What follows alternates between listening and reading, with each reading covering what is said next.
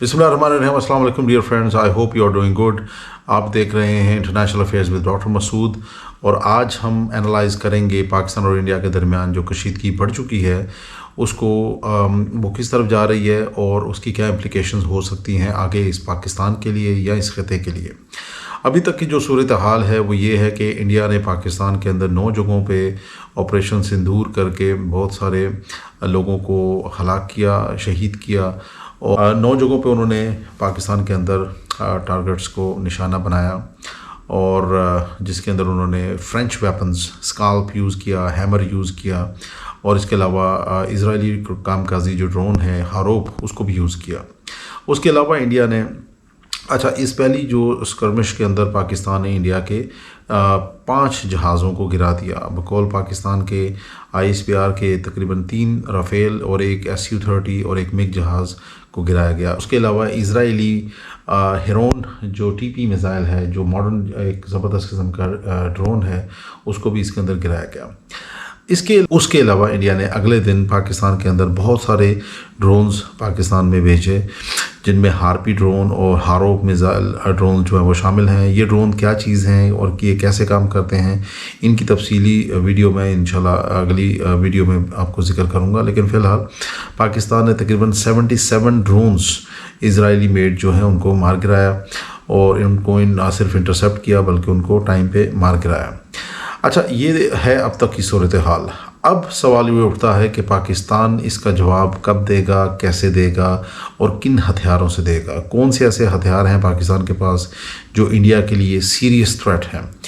तो इसको जानते हैं इस वीडियो के अंदर और डिस्कस करते हैं कि पाकिस्तान के पास क्या कैपेबिलिटीज़ हैं और पाकिस्तान कैसे इंडिया को सीरियस नुकसान पहुँचा सकता है। पाकिस्तान के पास इस वक्त जो जहाज़ हैं जिसके अंदर हमारे पास एलीट जहाज़ों में हमारे पास F-16 है और JF थंडर भी है, जिसके हमारे पास ब्लॉक 3 भी अब आ चुका है और हमारे पास J-10C भी है, ये और मिराजेस भी हैं। इसके अलावा पाकिस्तान के अंदर पाकिस्तान के पास जो कैपेबिलिटीज़ में जो हमारे पास मिसाइल हैं जिससे हम इंडिया को टारगेट कर सके हैं या जिनको हम स्टैंड ऑफ वेपन्स कह सकते हैं, BVRs कह सकते हैं, बियॉन्ड विजुअल रेंज, उन मिसाइलों में हमारे पास है PL-12 और PL-15।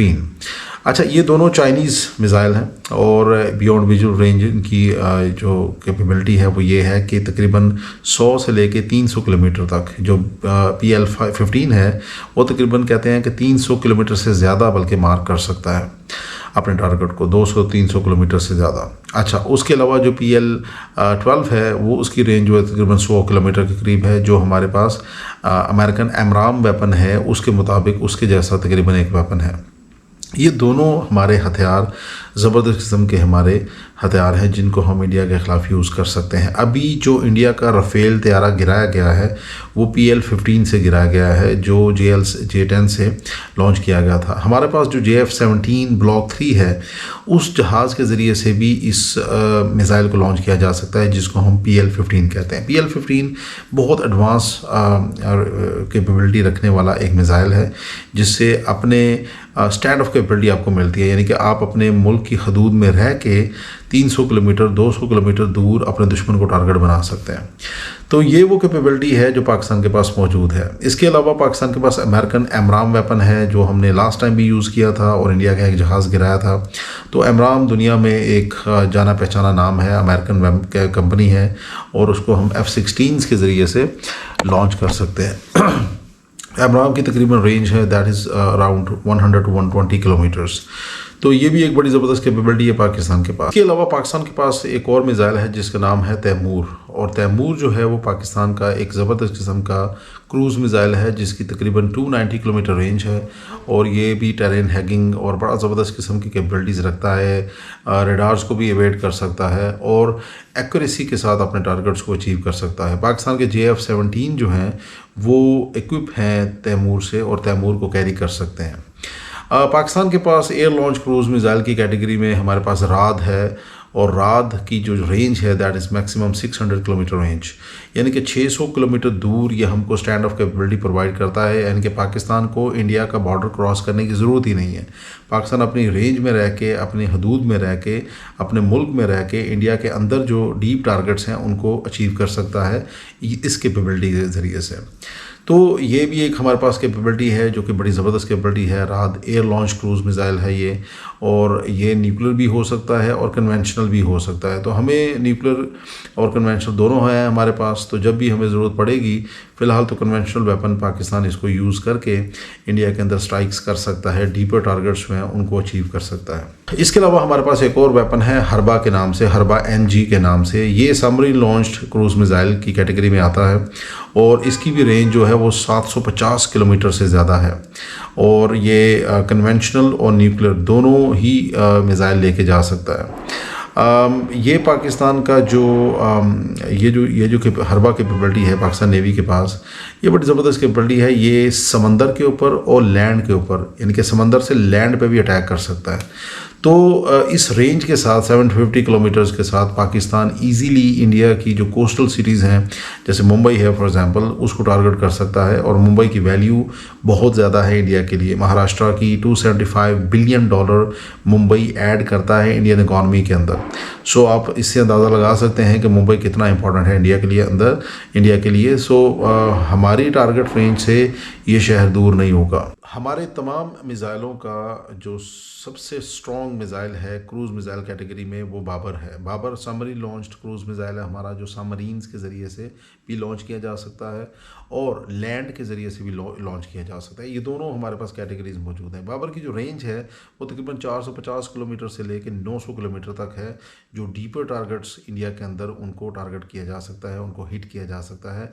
और क्रूज़ मिज़ाइल होने की वजह से इसको रेडार के ऊपर पकड़ना भी बहुत मुश्किल होता है। तो इंडिया के लिए ये एक शदीद दर्द सर है, और पाकिस्तान की जो डिफेंस कैपेबिलिटीज़ हैं, मिज़ाइल कैपेबिलिटीज़ हैं, उनको ये कंसोलिडेट करता है। इसके अलावा पाकिस्तान के पास UAVs की कैटेगरी में पाकिस्तान के पास बुराक एक UAV है, जो बरक मिज़ाइल के नाम से एक मिज़ाइल को लेके जा सकता है, वॉरहेड को, और तकरीबन 8 से 12 किलोमीटर वो इंडिया के ऊपर स्ट्राइक कर सकता है। यानी कि across the LOC Pakistan easily India की जो पोस्टें हैं उनको टारगेट कर सकता है अपने इस अनमैन्ड एरियल व्हीकल के ज़रिए से, यानी कि अपने ड्रोन के ज़रिए से, without risking the life of a pilot और एन एयरक्राफ्ट। तो समझने की इसमें बात यह है कि ये मिज़ाइल मैंने क्यों इनका जिक्र किया, इसलिए क्योंकि इस वक्त इंडिया के पास S-400 और बरक 8 के नाम से एयर डिफेंस मौजूद है। इसके अलावा भी उनके पास multi layered air defence system है, लेकिन बरक 8 और ये जो S-400 है, ये इंतहाई पोटेंट किस्म का एयर डिफेंस सिस्टम है, जिसके लिए हमें कभी भी अपनी एयरफोर्स को रिस्क में नहीं डालना। और हमारे जो एयर ऑपरेशन के लोग हैं, डेफिनेटली उनको भी इस बात का इतराक है कि S-400 एक डेडली एक्यूरेट किस्म का एयर डिफेंस सिस्टम है, इसलिए हमने रिस्क नहीं लेना। तो रिस्क लिए बग़ैर पाकिस्तान जो है वो अपने जहाज़ों को भेजे बग़ैर अपने इन मिज़ाइलों के साथ इंडिया के अंदर आराम से अपने टारगेट्स को अचीव कर सकता है। और आने वाले दिनों में पाकिस्तान अपने इन मिज़ाइलों के ज़रिए से इंडिया के अंदर टारगेट्स को अचीव करेगा, क्योंकि पाकिस्तान की ये पॉलिसी है कि अगर वो ये नहीं करेगा तो ये ऐसा ही है जैसे आप अपना दूसरा गाल भी इंडिया के आगे कर देंगे और वो जब चाहे आपको थप्पड़ मार सके। To counter India's conventional superiority and to counter India's surgical strike policy, Pakistan को अभी काउंटर सर्जिकल स्ट्राइक करनी ही पड़ेगी, और पाकिस्तान को भी अपने एयर लॉन्च क्रूज़ मिज़ाइल्स के ज़रिए से, स्टैंड ऑफ वेपन्स के ज़रिए से इंडिया के अंदर टारगेट अचीव करने पड़ेंगे। अदरवाइज़ ये एक न्यू नॉर्मल क्रिएट होगा और इंडिया आने वाले दिनों में फिर आपके ऊपर स्ट्राइक कर सकता है।